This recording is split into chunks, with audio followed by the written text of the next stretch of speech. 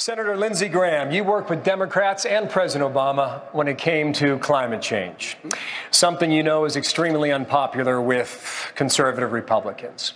How can they trust you based on that record? You can trust me to do the following, that when I get on the stage with Hillary Clinton, we won't be debating about the science, we'll be debating about the solutions. In her world, cap and trade will dominate, that we will destroy the economy in the name of helping in the environment. In my world, we'll focus on energy independence and a clean environment. When it comes to fossil fuels, we're going to find more here and use less.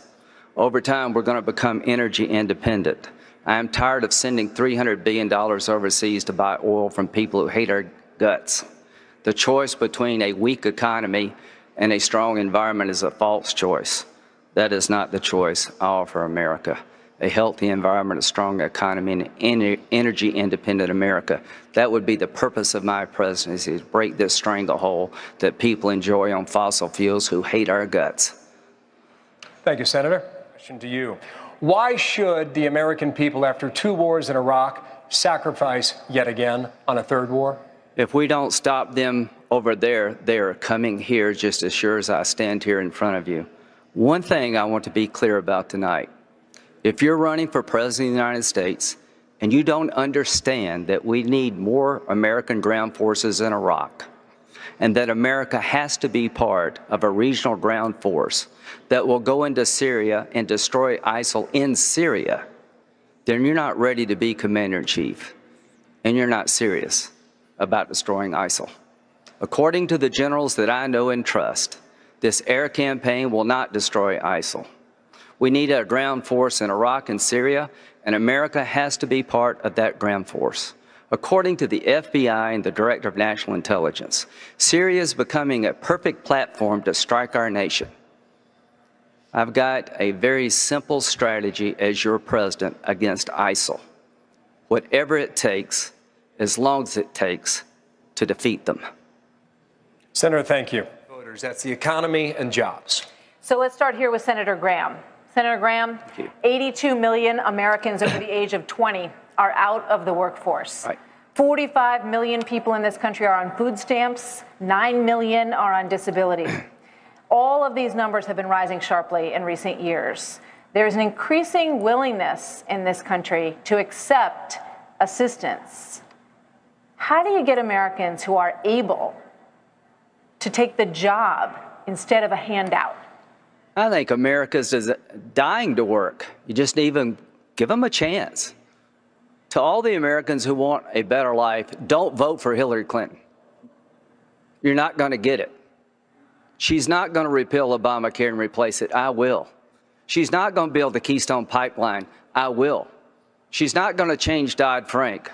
I will. Until you change the policies of Barack Obama, we're never going to grow this economy. Until you change the policies of Barack Obama, we're never going to be safe. She represents a third term of a failed presidency. I'm fluent in Clinton speak. I've been dealing with this crowd for 20 years. You know, when Bill Clinton says it depends on what the meaning of is, that means is whatever Bill wants it to mean. When Hillary Clinton tells you, I've given you all the emails you need, that means she hasn't. So to the people who are dying for a better America, you better change course. And she doesn't represent the change that we need. Do we all agree that ISIL is not the JV team? If I have to monitor a mosque, I'll monitor a mosque. If I have to take down a cyber wall, I'll take it. If I have to send more American troops to protect us here, I will do it. She will not. She has empowered a failed agenda. She is going to empower a failed solution to an American economy dying to grow. Elect me. I know the difference between being flat broke. Apparently she doesn't. In Hillary Clinton's world, after 2 terms in the White House where her husband was president, she said she was flat broke. Hillary, I'll show you flat broke. That's not it. All right, Lindsey Graham, this conversation will no doubt go to the war on women. And that cutting funding to this group could be a very broad brush against all of you or anybody who holds this nomination as being against women's health, against these organizations that people will say provide positive things for many women. I don't think it's a war on women for all of us as Americans to stand up and stop harvesting organs from little babies. Let's take the money that we would give to Planned Parenthood and put it in women's health care without having to harvest the organs of the unborn. The only way we're going to defund Planned Parenthood is to have a pro-life president. You want to see a war on women? Come with me to Iraq and Afghanistan, folks. I've been there 35 times. I'll show you what they do to women. These mythical Arab armies that my friends talk about that are going to protect us don't exist. If I am president of the United States, we're going to send soldiers back to Iraq, back to Syria to keep us from being attacked here and keep soldiers in Afghanistan because we must. I cannot tell you how much our nation is threatened and how we need a commander-in-chief who understands the threats to this nation. If you're running for president of the United States and you do not understand that we cannot defend this nation without more of our soldiers over there, you're not ready for this job. Pass the laws. Senator Graham. Change the Mexico City policy, not take one dime of taxpayer money to fund abortion organizations overseas, and restore the NSA that's been gutted. We're going dark when it comes to detecting the next attack. We have gutted our ability to detect the next attack, and I would not stand for that as President of the United States. I'd take the fight to these guys, whatever it took, as long as it took. Governor Jim, thank you, Senator. Can you do that, Lindsey Graham? Thank you. Well, the first thing I'd tell the American people, whatever it takes to defend our nation, I would do. To the 1% who've been fighting this war for over a decade, I try my best to be a commander-in-chief worthy of your sacrifice. We're going to lose Social Security and Medicare if Republicans and Democrats do not come together and find a solution like Ronald Reagan and Tip O'Neill. I will be the Ronald Reagan if I can find a Tip O'Neill. When I was 21, my mom died. When I was 22, my dad died. We owned a liquor store, a restaurant, bar, and we lived in the back. Every penny we needed from every penny we got from Social Security, because my sister was a minor, we needed. Today, I'm 60, I'm not married, I don't have any kids.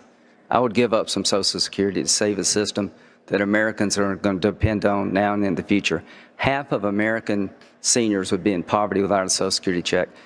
If you make me your president, I'm going to put the country ahead of the party. I'm going to do what it takes to defend this nation.